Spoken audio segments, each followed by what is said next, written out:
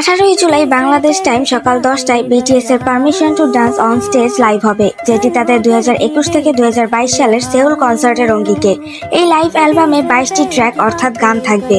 এইগুলো সবগুলোই পুরনো গান, কিন্তু এটি বিটিএস এর কামব্যাকের একটা বিশাল হিন্টস। এর আগে বিটিএস কখনো লাইভ অ্যালবাম বানায়নি। এটা তাদের প্রথম লাইভ অ্যালবাম, যেটি নতুন না, কিন্তু আমাদের জন্য এটা নতুন। বিটিএস ফেরত আসার পর ফার্স্ট অ্যালবাম। এই অ্যালবামে কোনো নতুন গান নেই। বিটিএস নতুন অ্যালবাম রিলিজ করবে 2026 সালের মার্চ মাসে, যেটার তারিখ এখনো ঘোষণা করা হয়নি। 2025 সালে বিটিএস এর কোনো সিঙ্গেল গান আসতে পারে, যেমন বাটার ছিল সিঙ্গেল। সেরকম কোনো একটা গান আসবে, সেটা অ্যালবামের অন্তর্ভুক্ত নয়, শুধু একটা গান। সেটা কখন বের হবে সেটার সময় এখনো ঘোষণা করা হয়নি। বিটিএস ইতিমধ্যেই বলে দিয়েছে তারা অ্যালবামের কাজ আমেরিকাতে শুরু করে দিয়েছে। তাই আবারও বলছি, 18ই জুলাই কোনো কনসার্ট বা কোনো অ্যালবাম রিলিজ হবে না। হবে বিটিএস এর প্রথম লাইভ অ্যালবাম, যেটা 2021 সাল থেকে 2022 সালের